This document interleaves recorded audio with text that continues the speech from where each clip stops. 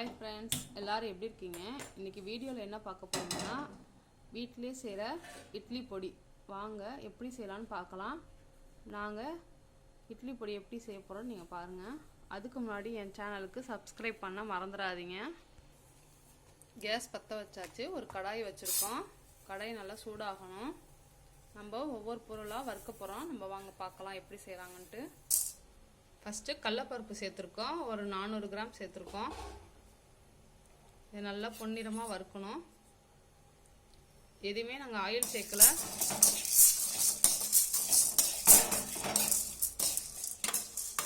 கடலைப்பருப்பை இப்படி செவக்க வறுத்துக்கணும். நல்லா வாசம் வரணும். அது வரைக்கும் நம்ம வறுத்துக்கணும். இப்போ வறுத்தாச்சு. இது ஒரு அகலமான பாத்திரத்தில் கொட்டிக்கலாம்.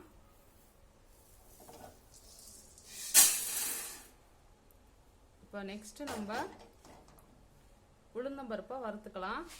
உடச்ச உளுந்தம்பருப்பு, முழு உளுந்தம்பருப்பு இல்லை. இதையும் நல்லா செவக்க வறுக்கலாம்.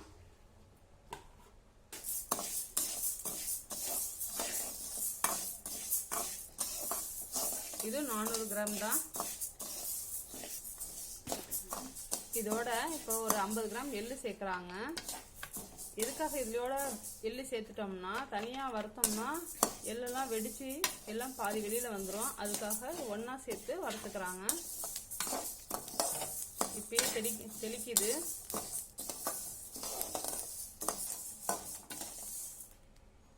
இது நல்லா வறுத்தாச்சு. எள்ளையும் உளுந்தம்பருப்பையும் இதை எடுத்து நம்ம அதோட சேர்த்துக்கலாம். கடலைப்பருப்போட இப்போ நெக்ஸ்ட் என்ன வறுக்க போறோம்னா, கடலை, நிலக்கடலை. இது ஒரு 200 கிராம் இருக்கும். இது நல்லா வறுத்துக்கலாம். இது வறுக்காத வேர்க்கடலை. இதையும் நல்லா வறுத்துக்கலாம். பார்த்துக்கோ.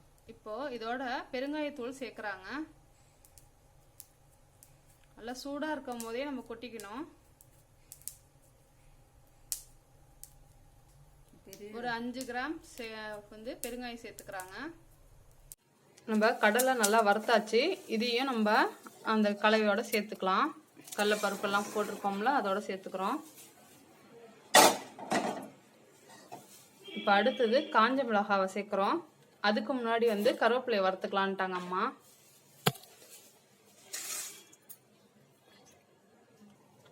இது நேத்தியே நாங்கள் கொஞ்சம் கருவேப்பிலை எடுத்து காய வச்சிட்டோம் வெயிலில். அப்போ தான் சீக்கிரம் வறுப்படுங்கிறதுக்காக நாங்கள் காய வச்சு எடுத்து வச்சுருக்கோம். உங்களுக்கு எவ்வளோ தேவையோ அவ்வளோ சேர்த்துக்கலாம் கருவேப்பிலை. இதையும் நல்லா வறுத்துக்கலாம்.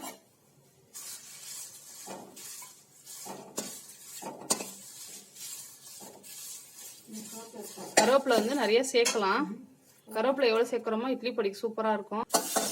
கருவேப்பிலெல்லாம் யாரும் சாப்பிட மாட்டாங்க. இந்த மாதிரி இட்லி பொடியில் நிறைய கருவேப்பிலை சேர்த்து கொடுத்தோம்னா குழந்தைங்களுக்கு நல்லது. முடி நல்லா வளரும். நீங்களும் இந்த மாதிரி ட்ரை பண்ணுங்கள். கருவேப்பிலை நல்லா வறுத்தாச்சு. இதையும் ஆற வச்சிடலாம்.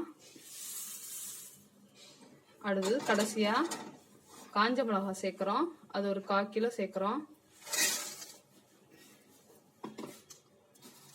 இதையும் நல்லா வறுத்துக்கலாம்.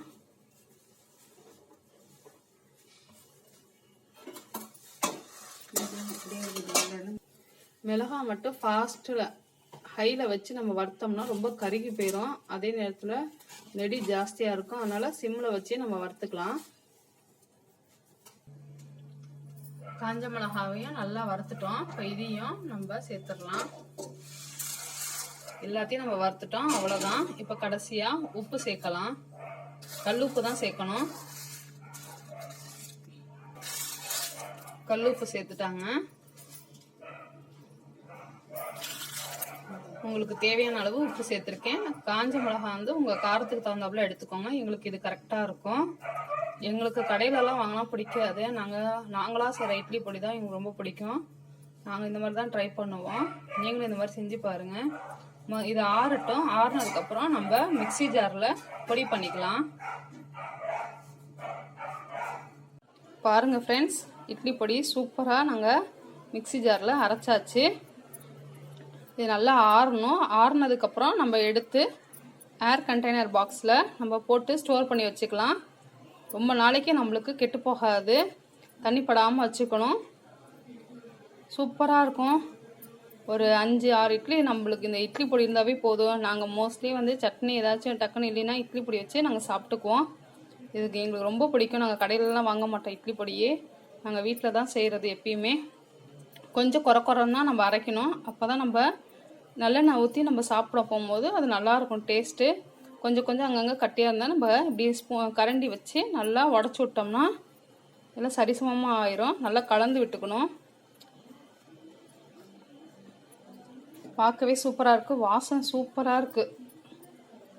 நம்மளுக்கு வந்து நாங்கள் இப்போ கொஞ்சம் தான் கருவேப்பிலை சேர்த்துருக்கோம். இன்னும் நிறைய சேர்க்கலாம் கருவேப்பிலை. நீங்களும் இந்த மாதிரி உங்கள் வீட்டில் கருவேப்பிலை நிறைய கிடச்சிச்சின்னா இந்த மாதிரி இட்லி பொடி செஞ்சு வச்சுக்கோங்க. குழந்தைங்களுக்கு நல்லது. முடியெல்லாம் நல்லா வளரும். நீங்களும் ட்ரை பண்ணுங்கள். இட்லி பொடி பிடிச்சிருந்துச்சுன்னா என் சேனலுக்கு லைக் பண்ணுங்கள், ஷேர் பண்ணுங்கள், கமெண்ட் பண்ணுங்கள். நம்ம நெக்ஸ்ட் வீடியோவில் பார்க்கலாம். மெயினாக சப்ஸ்கிரைப் பண்ண மறந்துடாதீங்க. Bye friends.